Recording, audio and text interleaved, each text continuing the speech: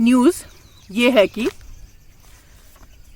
गिरता भूजल स्तर यानी कि डिप्लीटिंग वाटर लेवल आज चिंता का विषय है। क्या आज से कुछ साल पहले हम अपने साथ पानी लेकर निकलते थे? क्या पानी बाजार में पैसों में मिलता था? आज हम घर से बाहर निकलने पर वाटरमैन ऑफ इंडिया का इन पंक्तियों में भारत की जनता को संदेश।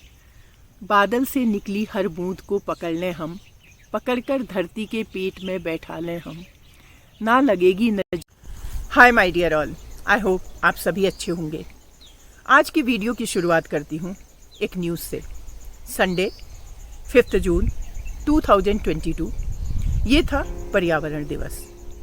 न्यूज़ हेडलाइन इस प्रकार थी, बड़ी खबर, 15 जून से पहले धान की रोपाई करने वाले किसानों की कर दी जाएगी फसल नष्ट और लगेगा जुर्माना।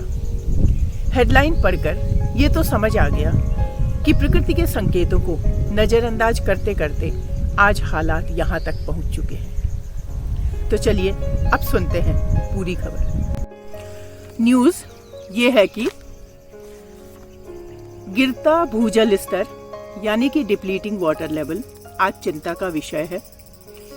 भूजल को बचाने के लिए हरियाणा सरकार लगातार नए नए तरीके अपना रही है।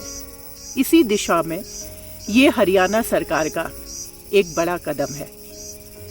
कृषि विभाग ने घोषणा की है कि समय से पहले धान की रोपाई करने वाले किसानों के खिलाफ सख्त कार्रवाई की जाएगी। 4000 रुपये प्रति एकड़ जुर्माना वसूल किया जाएगा। उनकी फसल नष्ट कर दी जाएगी और नष्ट करने का खर्चा भी किसान को देना होगा। कृषि विभाग ने यह स्पष्ट कर दिया है कि समय से पहले रोपाई करना एक अपराध की तरह है और यह साफ तौर पर जल संकट को बढ़ावा देने का प्रयास माना जाएगा। सरकार गिरते भूजल का स्तर सुधारने के लिए धान का रकबा यानी कि क्षेत्रफल घटाने की पूरी कोशिश कर रही है। धान की खेती को छोड़कर बाजरा, मक्का या सब्जी बोने वाले किसानों को प्रोत्साहन राशि दी जाए। ये थी पूरी खबर। ये वास्तव में एक चिंतनीय स्थिति है। इसका क्या परिणाम हो सकता है, ये एक चिंतन का विषय है। मेरे अपने व्यूअर्स से सवाल है कि क्या वजह रही होगी कि हरियाणा सरकार को ये कदम उठाना पड़ा और इसका क्या समाधान हो सकता है। प्लीज कमेंट कर अपनी राय दीजिए। एक और चौंकाने वाली news, Ramon Magsaysay awardee doctor Rajendra Singh, जिनको वाटरमैन ऑफ इंडिया के नाम से जाना जाता है, जिनको स्टॉकहोम नोबेल प्राइज से भी सम्मानित किया जा चुका है, जिन्होंने राजस्थान के गांव के उन हिस्सों में पानी जमा करने की पारंपरिक तकनीकी को पुनर्जीवित किया है जो दशकों से पानी रहित थे। जिनके प्रयास से 1300 गांवों को पानी मिला है और 12 सूखी नदियों में पानी आया है। उन्होंने बताया है कि यह एस्टीमेट किया गया है कि 2030 तक दिल्ली के अंदर पानी खत्म हो जाएगा और साथ ही 21 बड़े शहर 2030 तक बिना पानी के हो जाएंगे।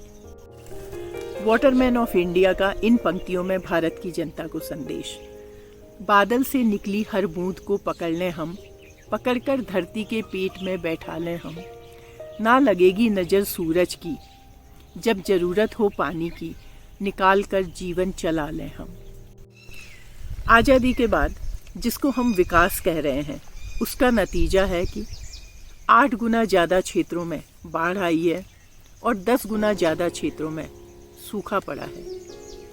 जो तरीके हमने विकास के लिए अपनाए हैं, ये उसी का नतीजा है। सन 60 के दशक में हम अनाज का आयात किया करते थे और आज हम निर्यात करने वाले देशों में अग्रणी हैं। ये अच्छी बात है, लेकिन ये एक सोचने का विषय है कि क्या वजह रही होगी कि हरियाणा सरकार, जो कि एक कृषि प्रधान राज्य है, उसको अपने किसानों के लिए ऐसा आदेश जारी करना पड़ा।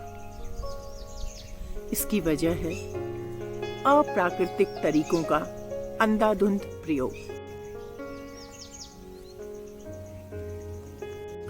सोच ही रही थी कि वीडियो को कंक्लूड करूं कि एक और न्यूज़ पर नज़र पड़ी। वो न्यूज़ है, किसान ड्रोन 9 मिनट में 1 हेक्टेयर जमीन पर दवाई छिड़केगा, सरकार देगी 40 to 50% सब्सिडी। अब सवाल ये उठता है कि इस खोज पर खुशी मनाई जाए या इस पर चिंतन किया जाए। जब ड्रोन से दवाई छिड़की जाएगी तो उसका क्या असर होगा एनवायरनमेंट पर? ये किस तरह की तरक्की है? क्या आज से कुछ साल पहले हम अपने साथ पानी लेकर निकलते थे? क्या पानी बाजार में पैसों में मिलता था? आज हम घर से बाहर निकलने पर पानी की बोतल साथ लेकर निकलते हैं।